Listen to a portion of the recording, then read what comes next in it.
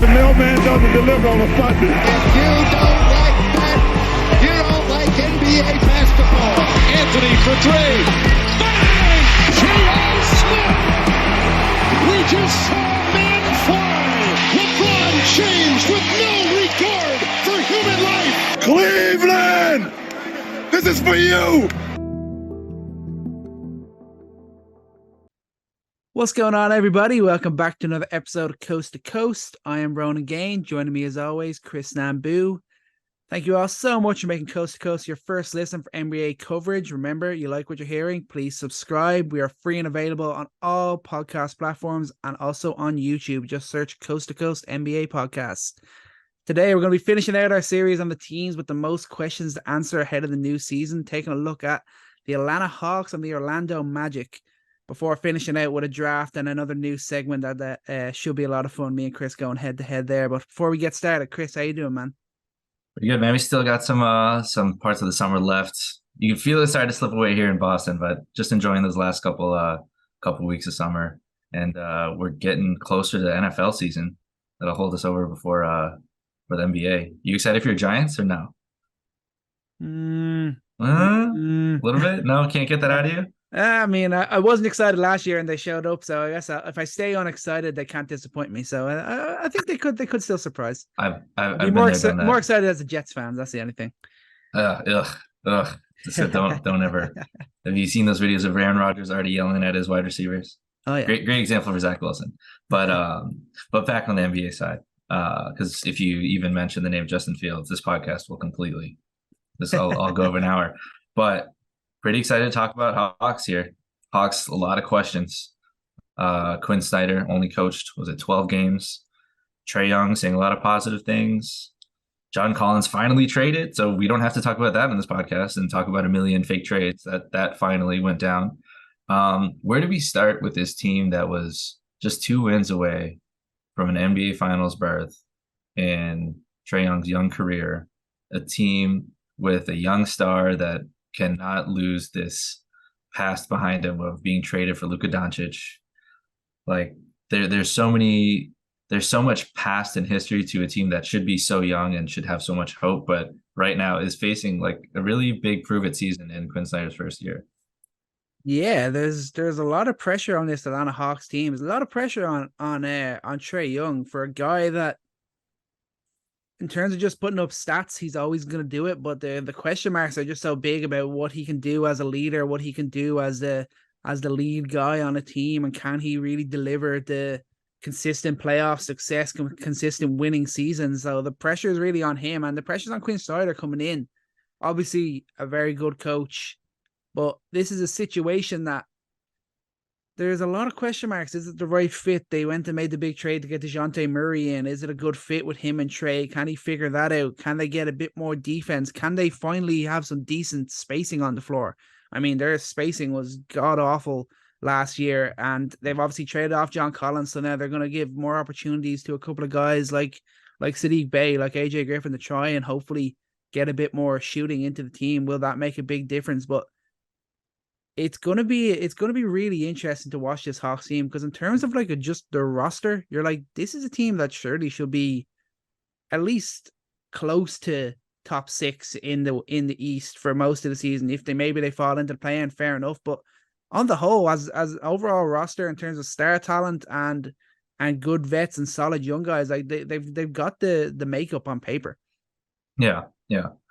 When you really put these names together and then you put Quin Snyder together, I think just starting the conversation off of like hot or cold. Like when you think about a roster constructed on Trae Young, Dejounte Murray, DeAndre Hunter, John Collins is not there, so we're thinking Sadiq Bey or AJ Griffin. Who's that's one question I have before we even take the temperature here. It's like, who's going to be the primary wing on this team? Or do they play them both? We've seen a lot of small ball from Quin Snyder over the years, and I think Sadiq can play. He's strong enough to play the 4. Defensively, I think that's his best position. So maybe we do kind of project that it would be AJ Griffin at the 3 and Sadiq Bey at the 4. Clint Capella, whether or not he's going to be traded, and that's a big question I have. That's the biggest question I think for the Hawks if these trade rumors for Pascal Siakam come up. But just thinking about those 5 and looking at the over-under, which is 42.5. I don't think they have too much of a bench. I mean, you have to factor in Bogdan, you factor in some of the energy you get from Okongwu, and then outside of that, the depth on this team isn't super high. I am really, really, really intrigued about Jalen Johnson, even though he's had an inefficient year last season. Still a young player, still very raw. He's got a lot of tools that, if he were to put things together under the right training, could make an impact. But given kind of, I think their big problem is a lack of depth, and that starting 5. How do you feel about that over under? Yeah, it's tough. I'd be tempted to take the over on it, considering they won 41 games last year, and now they're going to have a full season of Quin Snyder, and you hope that Young and Murray can find a way to kind of fit that bit better. Because like on paper, when you looked at it, you were like, okay, we got this elite scoring guard who can't really play defense. We're going to pair him with a guard who can play very good defense. But unfortunately, neither of them are really great playing off the ball, and they both always want the ball in their hands. So there's trouble comes from that. And obviously, like I mentioned, the spacing was a big issue for them last year, and getting rid of John Collins was important for that. Sadiq Bey shot 40% from deep for them last year. AJ Griffin was shooting 39%.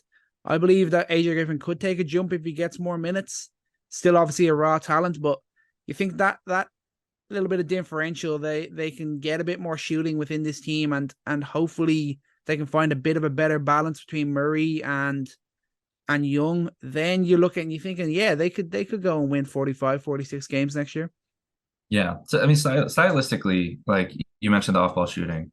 I think we talked about it last year when the trade happened, like how theoretically it worked. And it's always easy to blame coaching, right? It's always easy to see the outcome is not what you imagine it could be and say, well, Nate McMillan was not a creative coach. I mean, it seems like that is, the general consensus, and that seems like that is to blame for stagnation. But also you can think about the natural habits of a player. Is Trae Young naturally a catch and shoot player?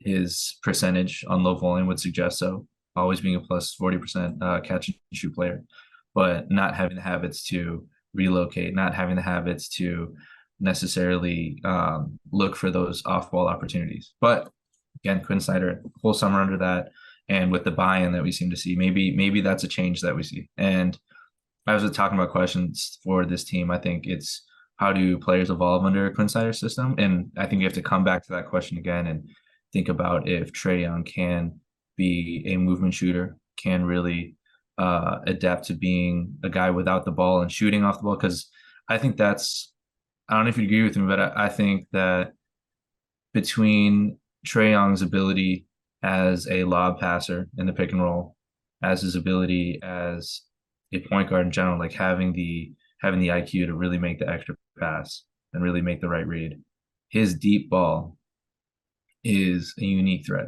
While it's not efficient, like that's something that this team should focus on getting back to. And how do you do that?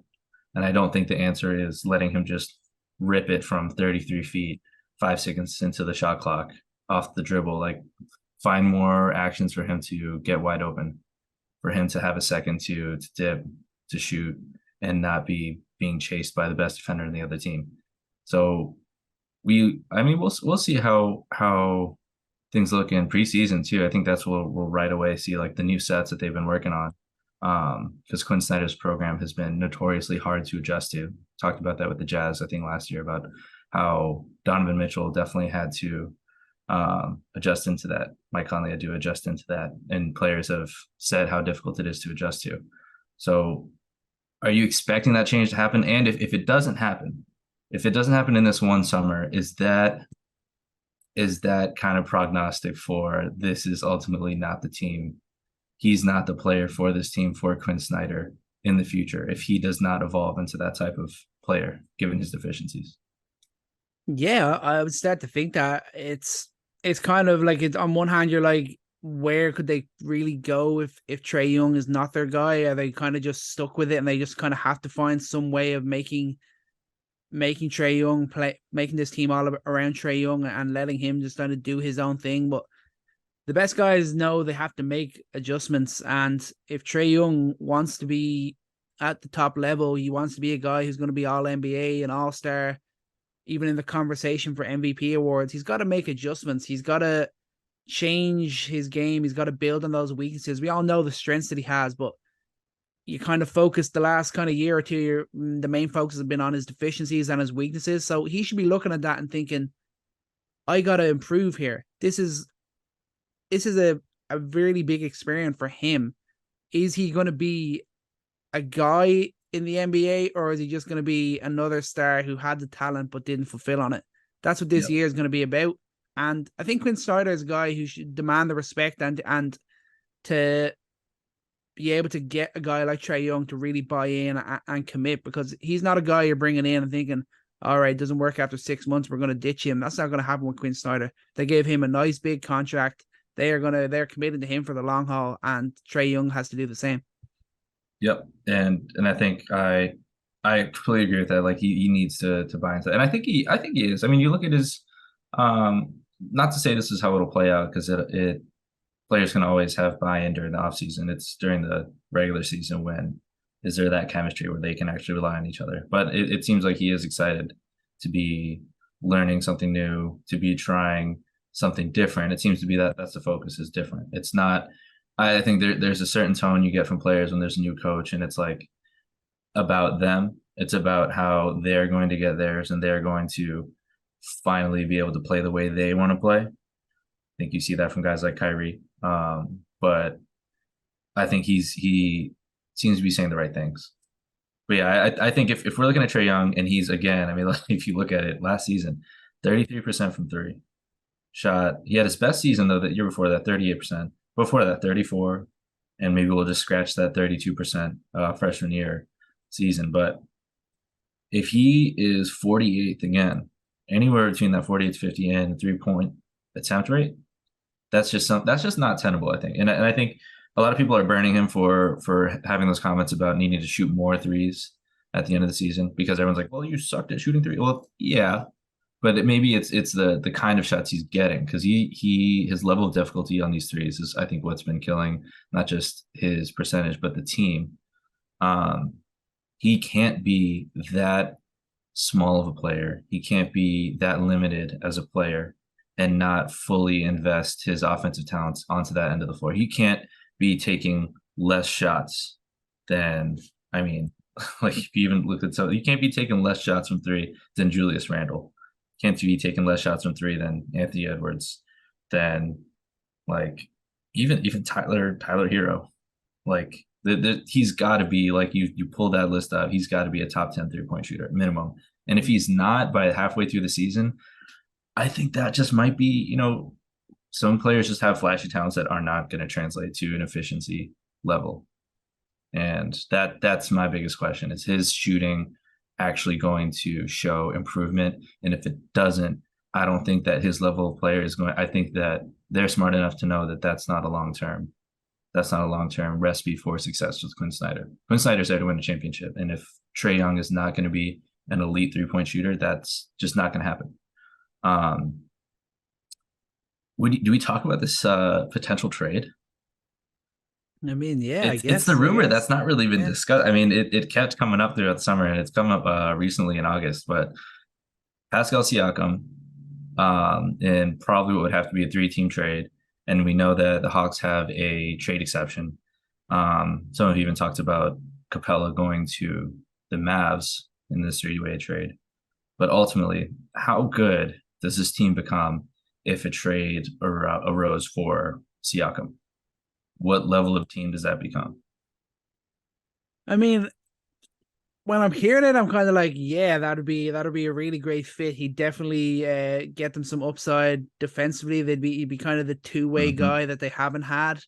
But then in terms of fit, I'm also like, is he going to be great alongside Trae Young? Is he kind of the guy to help unlock a guy like Trae Young?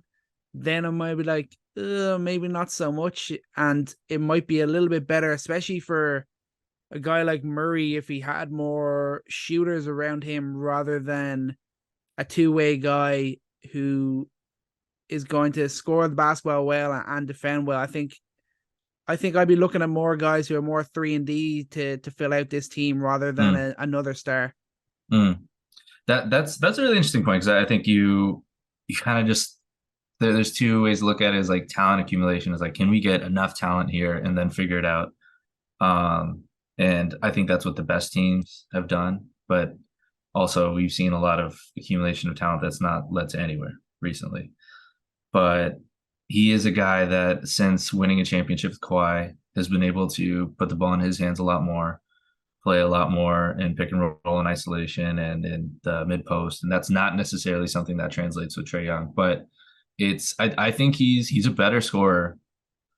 Ironically, like I honestly think he could be in certain situations a better scorer than Trae and Murray. Trae Young's going to be consistently a better scorer, like on a night to night basis. But I don't think you can take Siakam out of the game as much as you can take Trae Young with intensity of defense. And I think that's an important thing in the playoffs is when you take Trae Young out of the equation, everything kind of falls apart. When you build everything off of one player's abilities, like if you try to double Trae Young and you leave off Capello, like that's a very simple recipe for, forcing other players to do well. And then if you have three guys, if you have Murray, you have Siakam, and you have Trae Young out there, you have three options that are able to score on their own. That's one thing that I think about, aside from the fact that it kind of disrupts that balance of having two ball dominant players and you're already trying to figure out how to work both of them into a system. That's a complicating factor. But ultimately, like if that's an accumulation of talent that makes it work, I think that those three and the depth that they have at the wing position, I mean, they'd give Milwaukee and Boston problems. Like, I think they'd be right. And I would rate them over Philly.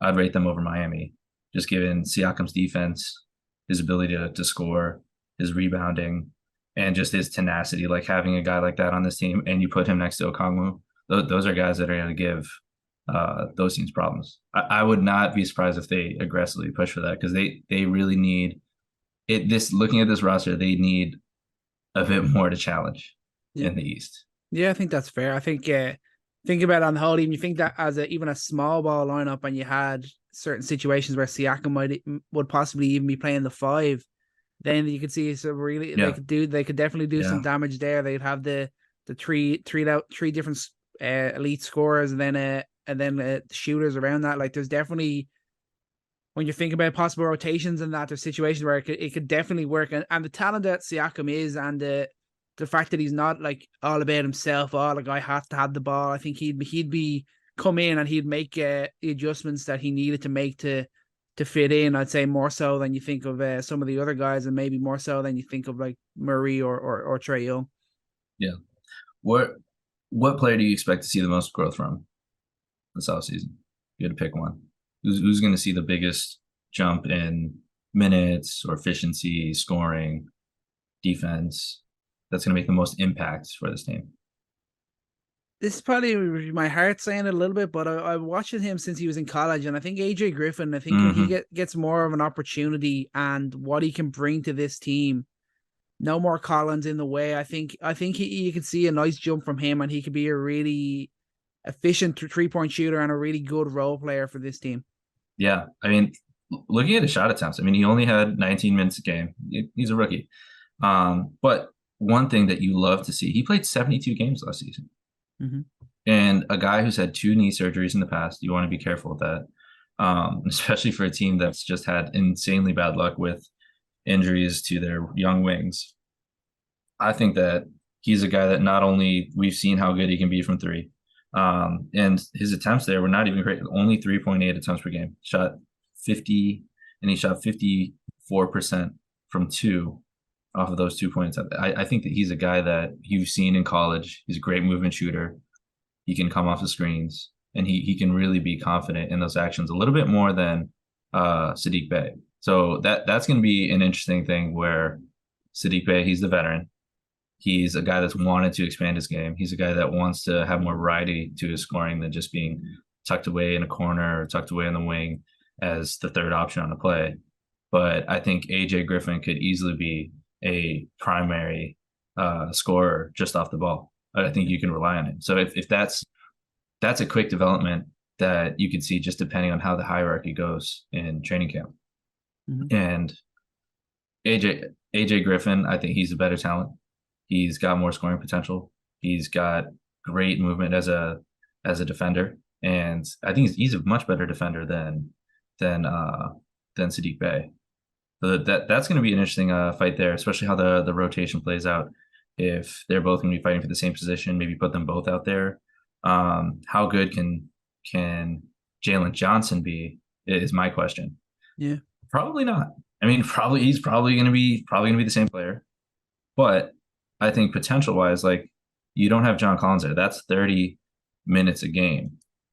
30 minutes a game to eat up. And you're going to want to give minutes to AJ. You're going to want to give minutes to Bey. But I think Saddiq Bey I think he's a 25, 26 minute per game player. I don't think you want to give him 30 minutes. I don't think you want to give in to this idea of him being like an ISO scorer. That's just, I think there's situations where he can be that at times for second units, but giving Jalen Johnson a chance, giving some of these guys a chance, because I said like Siakam is a missing piece that I think that they would need. But without a big trade, I think having some emerging talent for a deeper team is needed, because you look at that bench and you're going to rely on a lot of production from guys who, are just not ready for that. And it can't all just be relying on Bogdan. I think there's a lot of times where it's like, if the starting unit's not playing, it's got to be Bogdan's got to have a crazy night. And he's not been healthy. I mean, he only played 54 games last season. He's consistently dealt with injuries. So some of these young guys, you got to have your growth from a guy like Jalen Johnson in order for this to come up. And same with the Okongwu, played 80 games last season, only 23 minutes. Really did not have the chance to shine yet with Capella there. I think those three names right there, I don't know who's going to make a big jump, but out of them, I think that's a chance for their team to get a little bit deeper than I look at it right now as it stands. Yeah, I think that's fair. I think they also they got Patty Mills in, I think, so they're going to need him to get back to a sort of level where he can score like 10 points a game off the bench. That'd be needed for them. I don't know if he can still do that. He does that for like 2 weeks of the year, and it's amazing. You're like, oh, Patty Mills still got it, and then he just disappears off the rotation. It's like he got tired. He's done. Him or Kobe Buffkin, I'd be interested maybe if he gets any sort of minutes.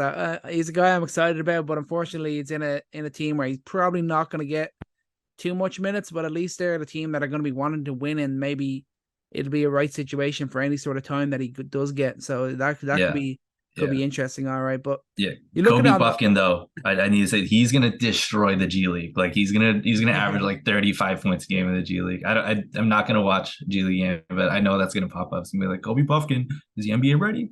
Just dropped 40. Like he's that kind of guy. Yeah, I think that's fair. But Hawks in the whole, they were a top 10 offense last year, third in points per game. The defense can catch up little bit. They can get a bit more efficient. They can definitely be a playoff team this year. But at the same time, if Trae Young is not buying in and they don't make a move for a guy like Siakam, they could easily be in the exact same situation that they're in this season. And that's just not good enough for a team that just brought in Quin Snyder as their head coach, who have invested in a big trade like Dejounte Murray. They believe in this star player like Trae Young. He needs to get on the old De'Aaron Fox train and show us why the Hawks believe in him so strongly. But the room to improve is there. Let's go and see if they can do it. Moving on to a team that are probably going to overtake the Hawks. That you stole my transition here. I think the Hawks got to answer those questions, because there is a team that I think very well could overtake them on this 8th seed, 9th seed, 10th seed kind of situation.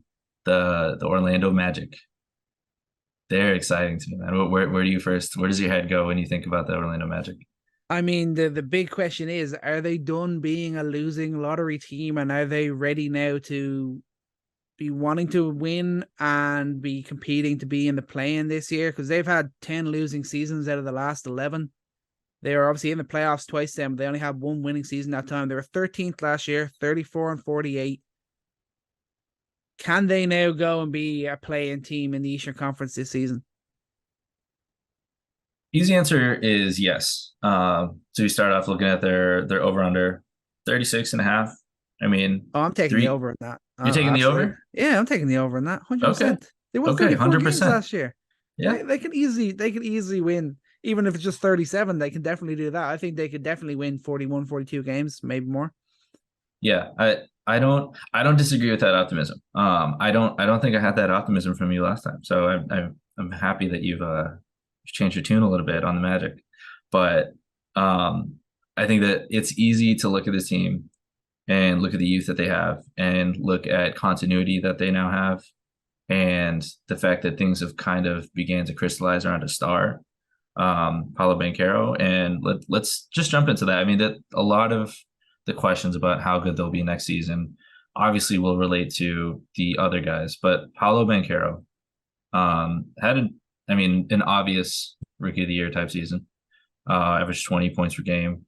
And he's a guy that you saw him put the ball on the floor, be comfortable taking a lot of shots, be comfortable playmaking too, and have the physical ability to play the 4 and the 5. And he's showing that last part now in the World Cup.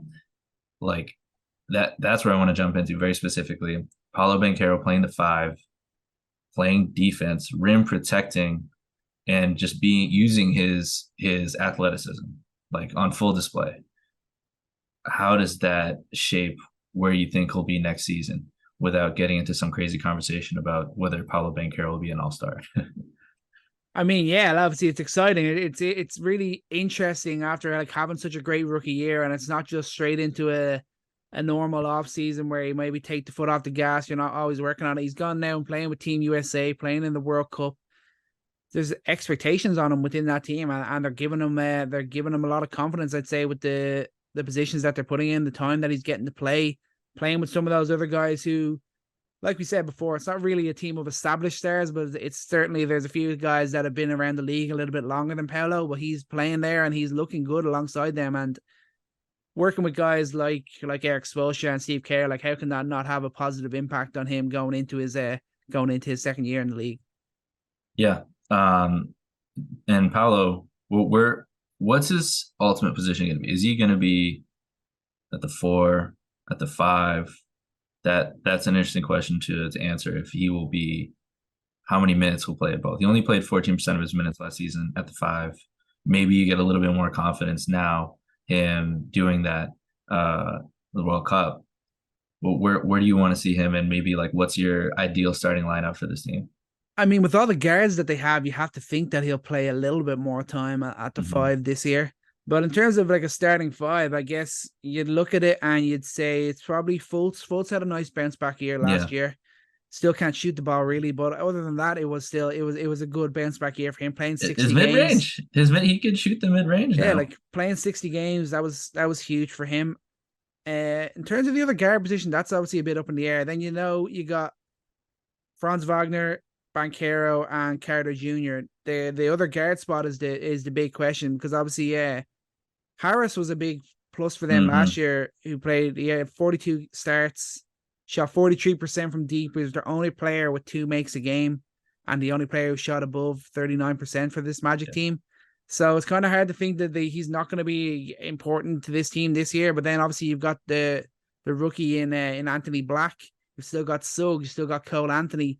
So I feel like they might start the season with Black, see how he goes as a rookie. I feel like he could be in and out of the starting team a little bit, but it's who's going to fill that role for the most part. It's still kind of a bit up in the air there. Yeah, it's right now. It's Gary Harris's job to lose. I mean, the 3-point volume that he had feels pretty normal, like 2 attempts per game, 4.5. Like that's not jumping off the page, but the fact that he did it efficiently and he's the only guy who's doing it, that for me is like when we talk about the over-under, like what could go wrong for this team, because we can't expect just normal, just linear trajectory. They're just going to get better. That's still a big problem. I love their roster flexibility. I love their depth. I mean, you got 3 guards that you can choose from. I mean, I don't believe Cole Anthony long-term, but I mean, a guy that you give him minutes, he's going to produce, he's going to score, he's going to create for this team. Markelle Fultz, to a greater degree on both ends of the floor as well. Jalen Suggs, big question mark for me.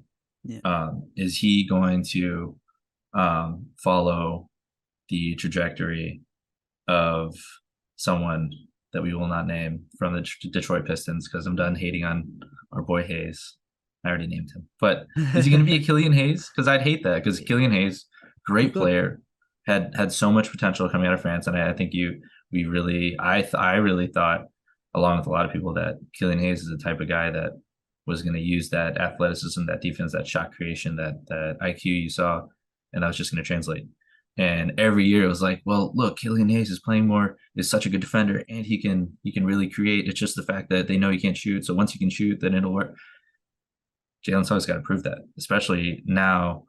It doesn't matter it doesn't matter. He's a top 10 pick because you have Paolo Banchero.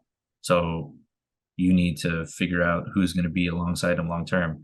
And that's one thing that I look at when you're trying to figure out who's going to be in that starting five long term. Is you'd love to have Suggs and Fultz out there. It's, if you could probably work them there alongside Banchero, because Banchero really will be the focal point. He will be the hub of the offense, and you get some secondary playmaking from both those guards. So it doesn't really matter that Suggs is probably better suited as a secondary playmaker. That probably fits better, but it's the shooting. And we're not going to hold our breath again for Fultz to shoot.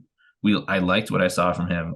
He shot 54% from inside the arc. That's you if you can create off the dribble in the pick and roll, that is something you can work with. Like there's going to be some times where he's just going to be left wide open, and that's, you're going to have to address that with more shooting, and you can address that with Suggs next to him. But imagine the defensive potential with Fultz and Jalen Suggs out there. Like if Suggs, that's why I hate asking this, because it feels like you're doing the whole Killian Hayes thing again. But if Suggs can shoot like respectably, like their defensive potential with those two in the backcourt, their defensive potential with having Jonathan Isaac back. Not sure if you throw him in the rotation. Seriously, I know I don't pose that very often because he's been so injured. Back before he's gone again. Yeah, but just it's tantalizing to think about the defensive weapons that they can put out there, and then you have an incredible offensive talent in Paolo Banchero, who's now showing that he can play. Not just he can play the five, because I think that was tough to create this roster in a way without him having a little bit more ability to move out to the five. He's never going to play the three. I mean, that's not going to happen. But those are developments that I think that could hold them back. If that shooting doesn't improve from some of the guys, then it doesn't matter how much better Banchero gets. This offense still kind of comes to a standstill. Mm-hmm. Yeah, the lack of shooting is definitely a big deal with them. I think the defense is kind of the thing that they've always been able to get with under this coach. The defense, they've always been able to get a tune on the defensive end. I mean, they were 17th 2 years ago, then they were 16th rated last year. Just the offense is kind of on the opposite end. They're kind of really bottom five, struggling to get any sort of consistency. And you're looking at it and you're thinking that's the aim for this year. They sustain the defense. They keep that as top 15. They can get the offense somewhere close to that. And that's when you're thinking, if they're doing that, that means they're going to be in contention to be in the play-in this year and get back moving towards the playoffs. I mean, the size that they could potentially have in this team is pretty unbelievable. Obviously, no 7-footer or anything. They don't have ball anymore, but they got Banchero, who's 6'10", Wagner, who's 6'9", Carter Jr. 6'10". If Black can nail down a starting spot, he's 6'7". Like there's serious size within this team, and there's one area I want to see them improve is in their rebounding. They need to bump that up just a little bit. They were a solid team last year, but I think the size they have in this team, a guy like Franz Wagner needs to up the amount of rebounds he gets a game for his position and for his size. And then assist-wise as well, you think Banchero is going to improve his playmaking. I think Wagner can do that as well. And they're the two broad but small adjustments that if I see a nice bump in that for the Magic, the things are going in the right direction for them this year. Yeah, I think the rebounding is by committee with this team. I mean, you see everyone can rebound on this team. Banchero, Wagner. I mean, obviously Wendell Carter. He's never been a turret, like a board, a glass eater. He's not going to be that kind of guy. But I mean, Fultz can rebound for position. Suggs, I believe, he's going to be a great rebounder for his position. But I think a question that I have, like you naming all those guys and the potential, like I don't think the full potential of this team we'll see for 3 years. But the question we're going to begin to ask this season is, besides Banchero, like who's initiating offense? Who is the focal point? Because Franz Wagner, great playmaker. Like he's got great potential. He can really make the right reads. He's not the primary playmaker for sure. But as a secondary guy, like he even in his rookie year, like always makes the right pass, knows how to relocate, is just a very smart player. He's a guy that I think will like fit to the mold of whatever the team wants to do because he can do so many different things. But he's a guy that also I think your at his full potential as a playmaker will benefit from being that guy. But then Anthony Black, I think a really interesting thing watching his tape after the draft is his ability as a playmaker. And he plays like a point guard at times with his 6'7" size. I mean, defensively, that's where you really love to see him shine, but his ability to play make for others is there. And that's probably one of his best traits, not really an off-ball guy, but maybe what he can do on the ball. And then obviously you talk about their guards, and that kind of, all of this kind of leads to who emerges this season as that second guy, third guy. And going back to Suggs, like this all puts more pressure on him because it's not like they have traditional wings, traditional catch and shoot guys who need the ball fed to. Like if Suggs is not taking lead as a lead playmaker, then you don't need him. I mean, Anthony Black can be that and offer more size. Yeah. And you can get more playmaking out of Franz Wagner, and you can probably get better shooting out of both of them if he doesn't improve that as well. So I think all this points to there's going to be guys on this team that ultimately you'll see at the end of the season are not going to be long-term fits. And you hope it's not a guy like Suggs. So I mean, I'm beginning to question whether or not he's the next Killian Hayes, because I was very excited about him coming out of Gonzaga, very excited about his athleticism, very excited about his like maturity as a player, his explosiveness as an athlete, like like this guy, anytime he's on the floor, he really wants it. Like he's a high effort player, and having a high effort player with that level of talent, like you'd imagine that's something that turns into something special, but it's getting crowded there. So he needs to prove it. Yeah. And I think he's going to have the opportunities this year. It's just a question of now he's in his third year. Obviously, he had a pretty solid rookie year. Then he regressed in year two. This is the year, I think, where we see, is he going to be a guy that really wants it? He's committed to this game and committed to be the best that he can be. This is the year we're going to see it. I'm not saying he has to come out and be like the third star on this team, but he has to come out and really improve his game and really show that he can be a starter. He can make the right adjustments, the right reads on the offensive end, and be that solid defensive piece as well. Because if you can do that changes things for this Magic team, and it gives you more faith that there isn't that many moves that we have to make to complete this roster. We just kind of have to give it a bit of time to wait on these guys to develop, and not think that we have to move on from these guys. So yeah, that's true. The patience is important, and I think I'm not saying like this season will be like the determining season, but I think for just Suggs, I think it could be the way how guard heavy they are. I think it could be. Yeah. So we still you're smashing that 36.5. Yeah. Putting that over. Mm-hmm. Okay.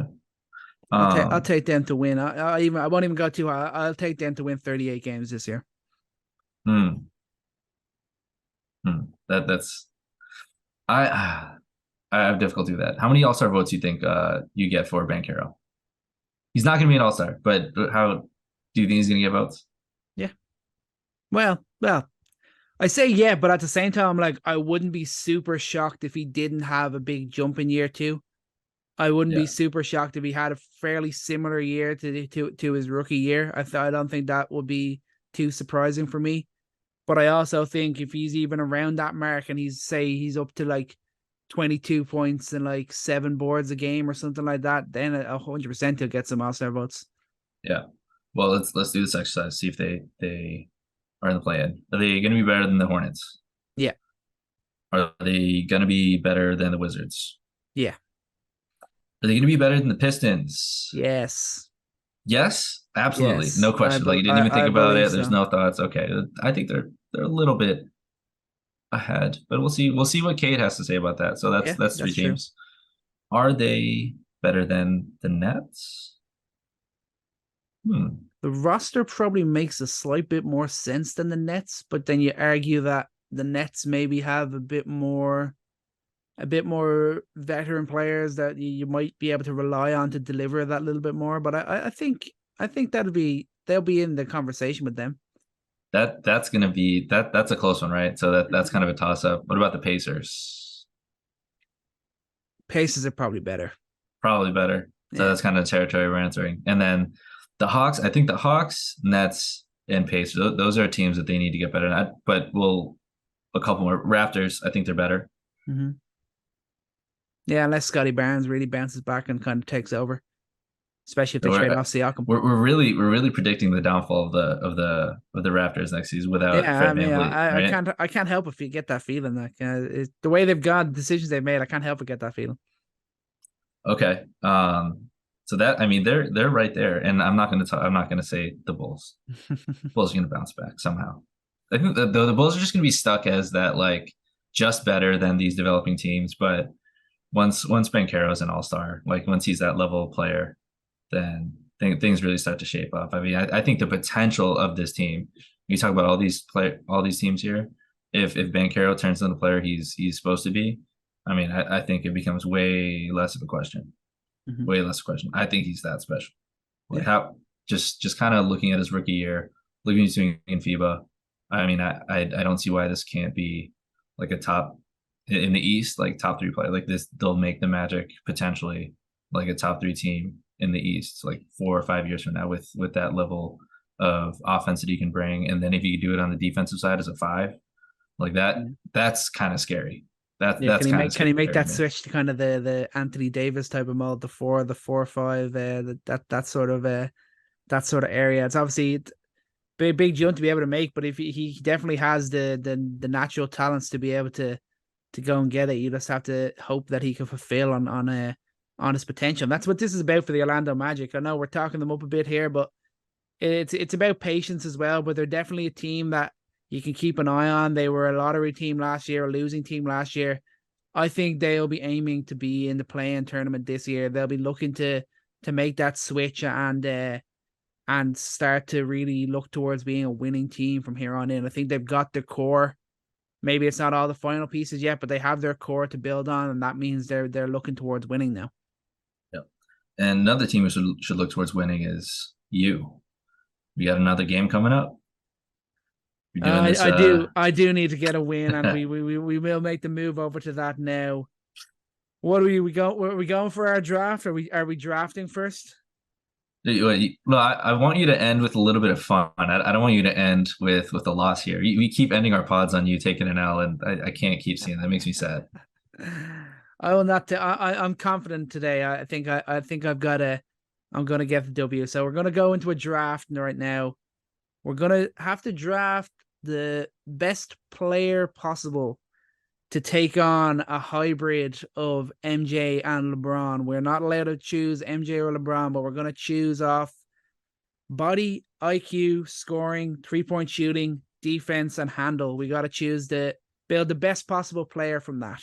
All right, so basically, like if we're doing another Space Jam, like the aliens have come down, they've stolen DNA from MJ, and they've stolen DNA from LeBron James, and they've created a crazy squad combined of Michael Jordan, LeBron James. And how are we going to beat this? We gotta first pick our physicals. We'll discuss this. I won't steal it. What are we going to pick for physicals? I got an interesting name in mind, but I'm curious who you're thinking of. No, we're talking physical here. We're talking body athleticism, though. We're thinking about. We can't have him be too slow. We can't have him be too big. We got to have like a kind of a hyper athletic in between a wing and a big, but can play big, play fast. What are you thinking? My feeling is Anthony Davis. Anthony Davis. Is he? He feels a little too slow. I don't know. Actually, Anthony Davis. I had a weird one. And yours is probably Let's the go right here. answer. Let's set this here. We can make each of our own. We each had to make one. Let me have Anthony Davis's body, and you can take your own body. Well, let's do it like that. All right, and we'll pick from that. Okay, that's fine. I had a weird one, and this is probably the wrong answer, but I just think about like a guy with the strength of Zion Williamson, a guy with coast to coast speed. Sean Kemp was kind of a beast. Like when I think about beasts, like in our generation, I won't go as far back as like the 60s, 70s, some of those players, but Sean Kemp, I'm taking Sean Kemp for physicals. Okay, I like that. Yeah, let's do it like that. We'll go head to head here. We each get to we can each make our own picks. So, what do we go for next? Do we go for IQ next? Yeah. Who's the craftiest, smartest player? I'm gonna take a guy that we were talking about a couple of weeks ago. Larry Bird. Yes, sir. Larry Bird. I think as we were going over like best playmakers and stuff like that his IQ sticks out. I'm picking Larry Bird. So I got the body of Sean Kemp, IQ Larry Bird, throwing fakes all over the place, juking everybody out, and his body's not going to break down this time. But he's going to be a little crazy. He's going to have Sean Kemp's like craziness. That's true. And what about scoring? Obviously, we can't take Jordan. We can't take LeBron. I'm feeling towards the modern times 3 level. I'm thinking Kevin Durant. That's fair. I figured if you can't pick Jordan, I'll just pick his clone. He's already a clone. It's Kobe Bryant. Yeah. I think that's probably fair. That's the other. I actually didn't even think of that. That was so obvious. Yeah, I think that's fair. And then we got to go with the easy peasy one, 3-point shooting. Markel Fultz. Let's say it on 3. Markel. I thought you were gonna say Mark Ganin. I think we got to give. I think there's Steph Curry. There's no other option there. Steph Curry. Ray Allen. Throw in a little Ray Allen. You could throw in a little. Every type of 3-point shot. Reggie Miller. Yeah, it's Steph Curry. Is it Klay Thompson? I'd lean towards. I tell you one thing though. I'd take Reggie Miller over Ray Allen.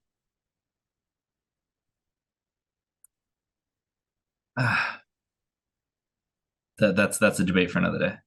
two different kinds of 3-point shooting. So that's a little different. But I'd take Klay. I'd take Klay. If I'm gonna want a team, if I'm gonna have to clone 5 guys, give me Klay. Doesn't even have to dribble. The best shooter with the least dribbles in the history of the NBA. Best off-ball shooter in the NBA. Yeah. Okay. Okay. That's interesting.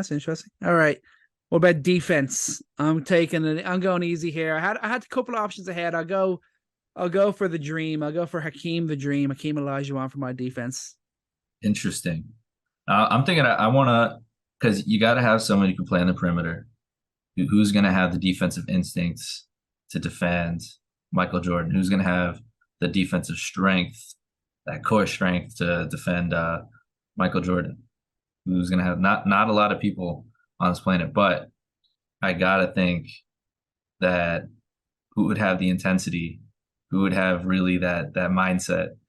I'm going to go with a modern day guy, and this is going to sound crazy, but of our time, I'm going to give it to Marcus Smart. I'm going to put Marcus Smart in that defense. I'm going to take Marcus Smart because I thought you were going Kawhi Leonard, but yeah, because he's willing to defend 1 through 5.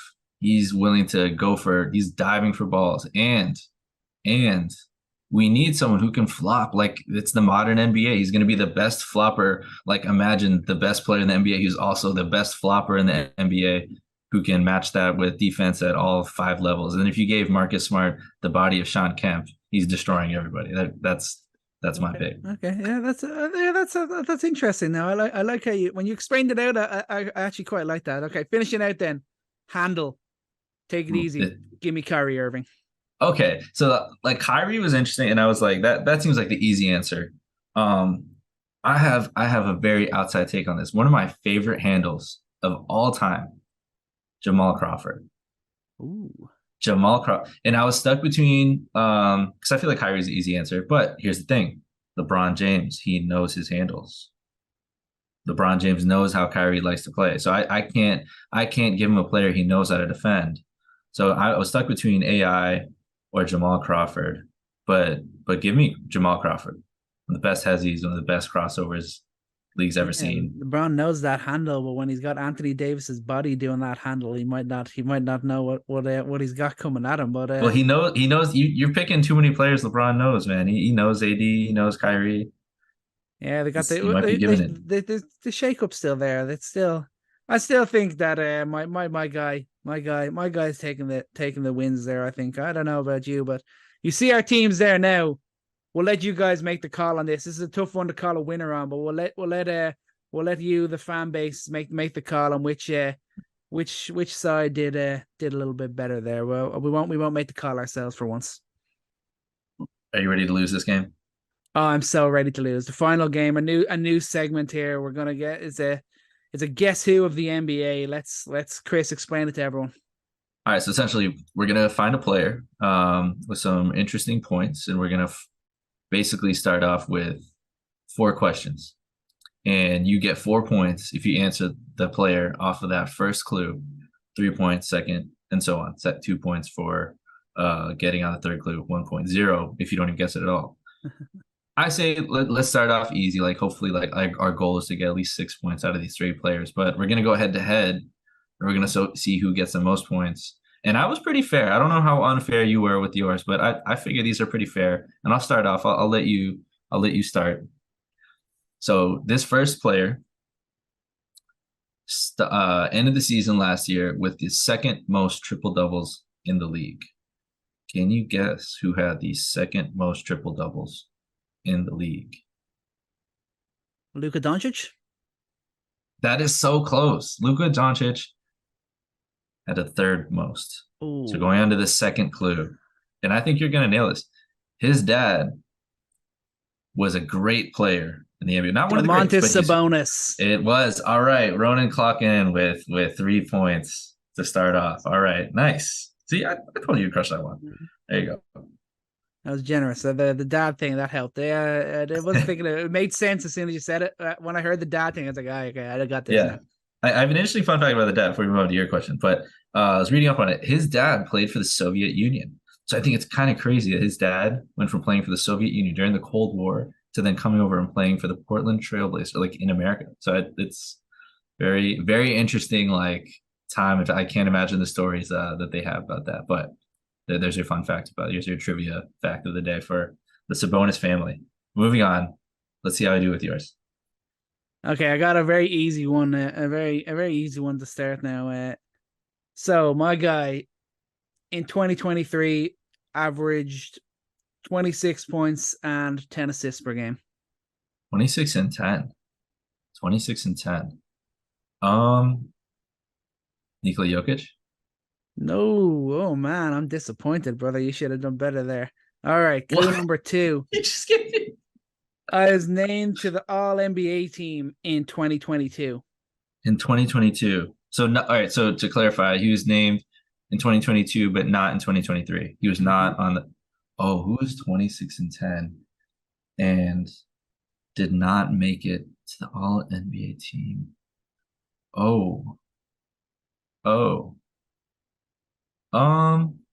I'm gonna say.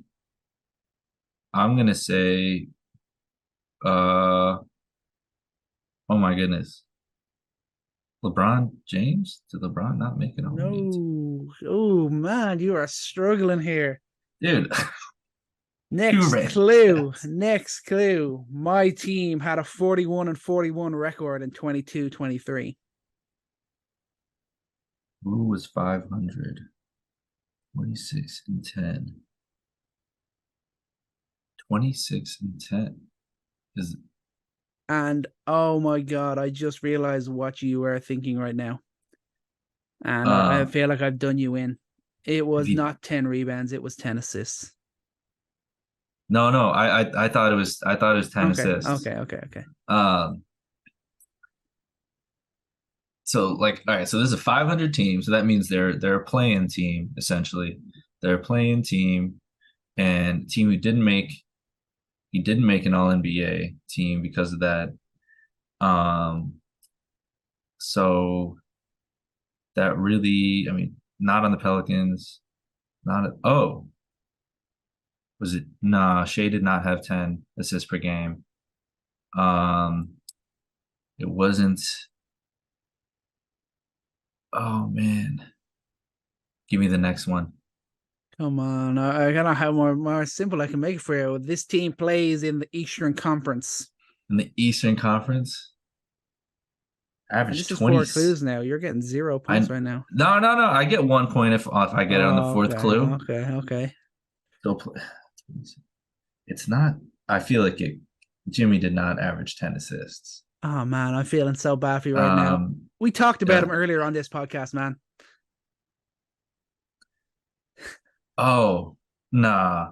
Really? Oh my God, it's Trae Young, isn't it? It is Trae Young, yes. Give me that 1 point. Give me that 1 point. I'll give please. you that. I will give you that 1 point now.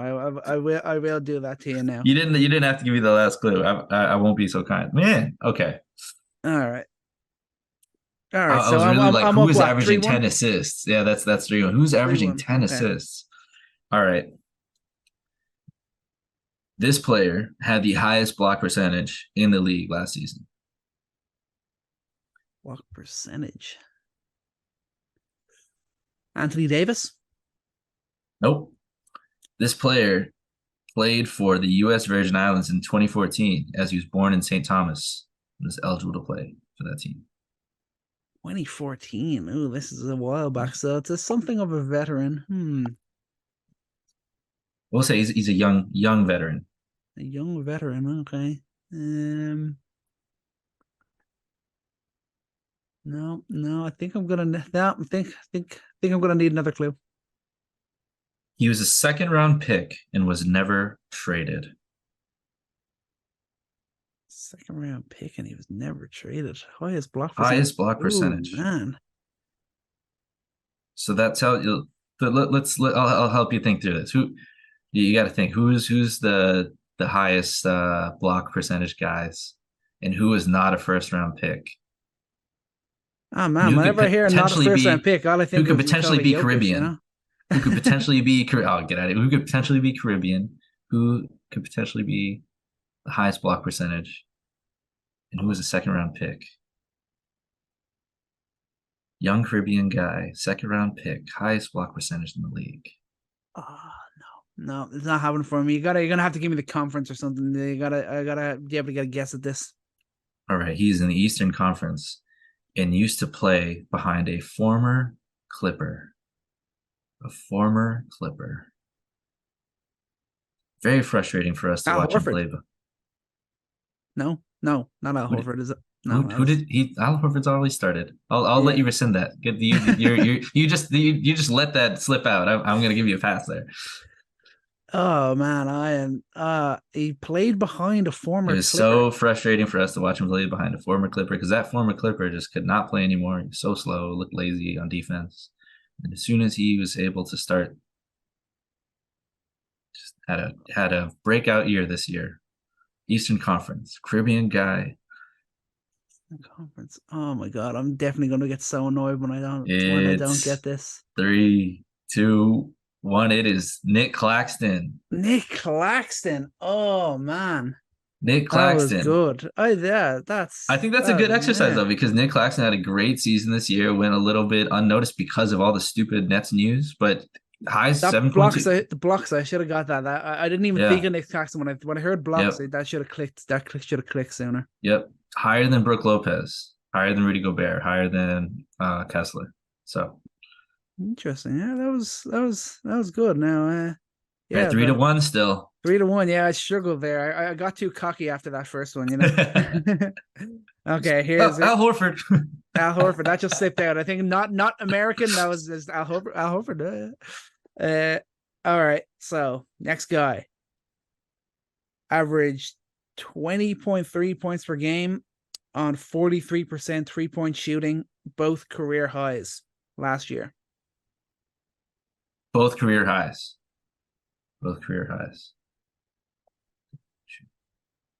How many attempts? These are very specific stats, Ronan. This is mean. How many attempts? Give me the attempts. Give The you high the volume. attempts. I don't know. Yeah, I don't know. Have- That's very different. That's very different from like 2 attempts per game shooting 43 or volume That's shooter. fair. That's fair. This is a guy. I'll put it to you this way. I'll look up the stats now, but this guy is getting getting the is definitely shooting the ball quite often. All right. So I'm thinking a guard. I'm thinking 6.2 attempts per game. 6.2. Okay, so it's pretty solid. So that puts him like right in the top 10 of attempts per game. And that being a career high, he hasn't done this before. I'd say he's probably like a 3rd-year player, maybe. That seems like a great breakout year. So maybe it's a breakout year guy, 20 points per game. So he's not really in that all-star status yet. So if I'm thinking about that, all right. I am going to guess Desmond Bane. No, it is not Desmond Bane. But I like what you're thinking there, because the next clue is that I'm going into my 4th NBA season. So you're on the money there with your thinking about the 3rd-year guy. 4th NBA season. Was any of my other presumptions about his position correct? Yes. Okay, so a shooting guard going into his 4th season. Okay, so that means he was drafted in 2019. So if I'm thinking about the 2019 draft, who am I thinking of? Oh man, dude, I'm gonna get destroyed in this. This is tough. 2019 draft guard. Dude, this is hard to think on the spot. Next, he plays in the Eastern Conference and played in the playoffs last year. Giving you a doubling down for you there to give you a bit of extra help. 43%. Oh. Okay. Darius Garland? No.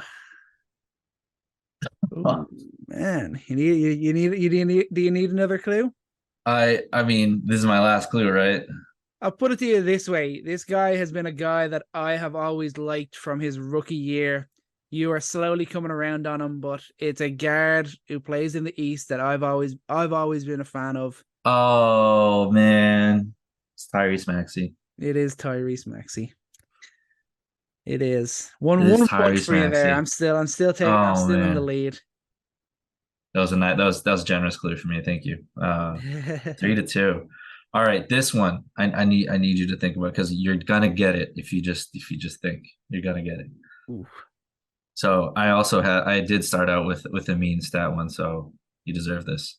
He had the highest 3-point percentage last season, 49.4%, and shot 54% in the final 24 games even. So the highest, most efficient 3-point shooter in the league. It's not an obvious answer, I'll tell you that. It's not an obvious answer. Yeah, can't be.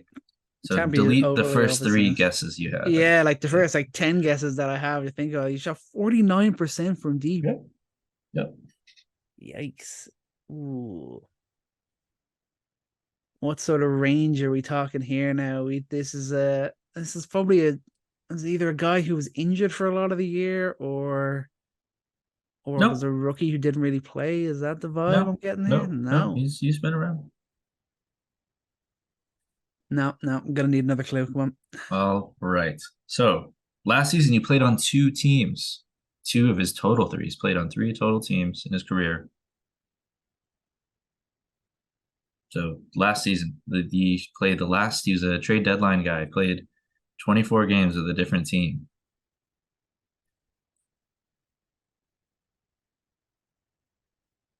It's not Spencer Dinwiddie, is it? Oh, that's such a good guess. And that's almost there. And is that why it's Mikal Bridges? No. No? Okay. No. I got way too excited. That's also not he was shooting like crazy, but not that high. All right, this you're gonna get. Just like envision it. A 3-point shooter that came out of Duke. He's drafted 12th overall. It's a lottery pick from Duke, 3-point shooter. Veteran, he's been around. 3 different teams now. 3 different teams. He was a trade deadline guy. He started, and I'll make this part of this clue. So he went, and this is for 2 points. He went to Duke, drafted 12th overall. He was drafted in the East. Then he went to the West, and now he's technically in the South. Oh man, this is where my lack of college knowledge is gonna stump me here now. This should make it that clue that should have made it easy. Drafted and trying to think of the trade deadline moves. Wait, no, 12th overall. No. He's a guy that we had talked about that I was really excited to add shooting to a team who really needed it. A team with really big aspirations that needed another shooter on this team to really complement their physical play, their star. All right, you're gonna have to give me. Was that the 2 point? Is there one more clue there for me? On that. So, well, I'll say it again though. He was drafted in the East, then he got traded to the West, and then at the trade deadline, technically went to the South. The South.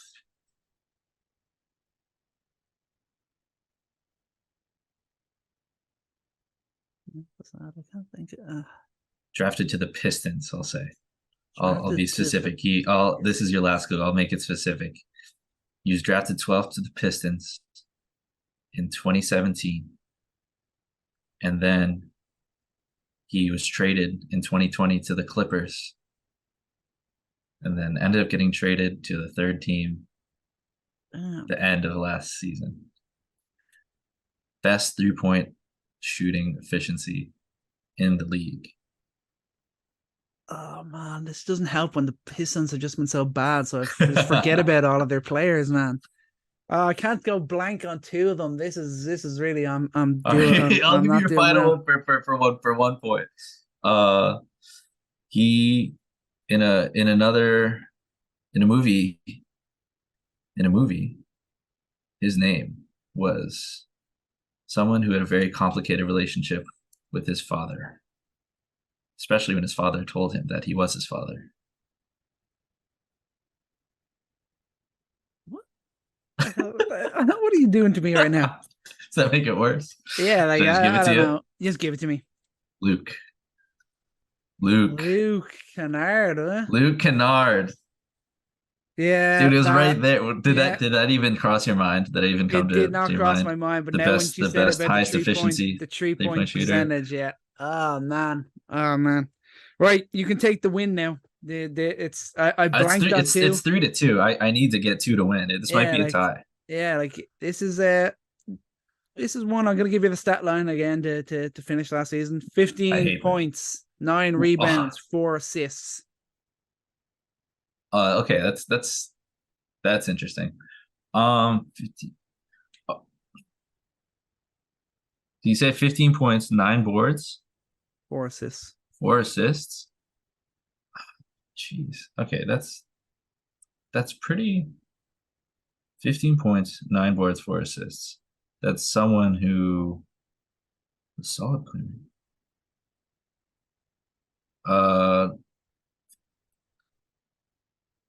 Dude, I need something besides that. Give me the next. Let's see. This would be kind of an interesting one. See, you're remembering back before last season, we did a video hyping him up. We did a segment hyping this guy's talent. Oh, come on, man. What? That's so specific. It is very specific, but Scotty Barnes? Not Scotty Barnes. All right, that's my guess from the first one, so I'm going to guess again. I didn't waste my guess on the first one. Yeah, okay. Hype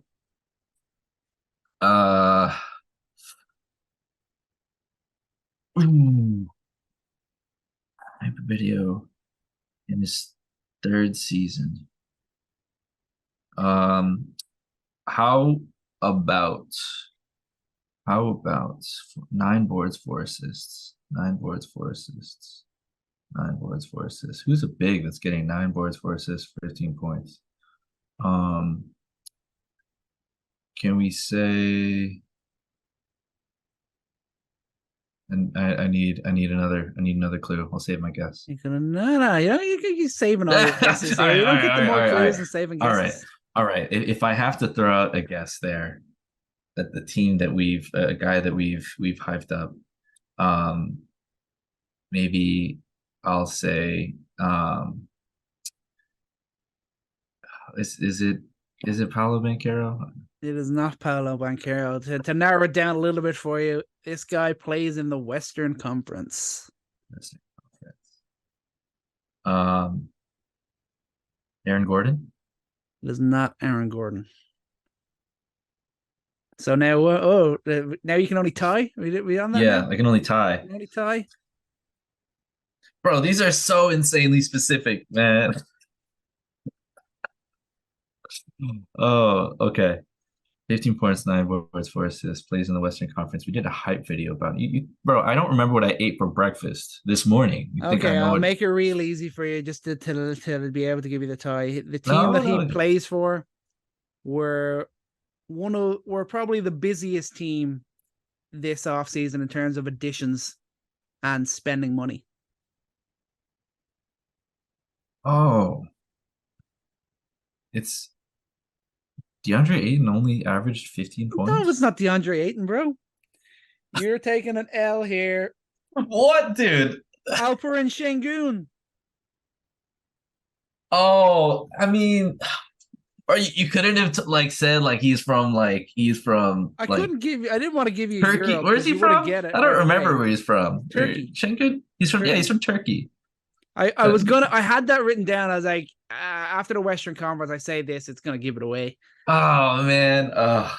I thought you would get it. So this is a guy. I should have been a bit more said. Both guy we both love, and we like. All right, you know what I'm about to do? I'm about to do something for you here, real quick. As we're wrapping up, I'm gonna look up on StatMuse. I'm gonna look up at StatMuse. Players that averaged 15 points, 9 rebounds, and 4 assists last season. bro, the amount that went in my head. What are they, 40 players? Dude, it's insane. Hold on. Harrison Barnes. Wait, this. When were we going to do a hype video about Harrison Barnes? Come on. Dude, Harrison Barnes is. We don't do hype videos about Harrison Barnes. Dude, I would. I think. You can do that by yourself.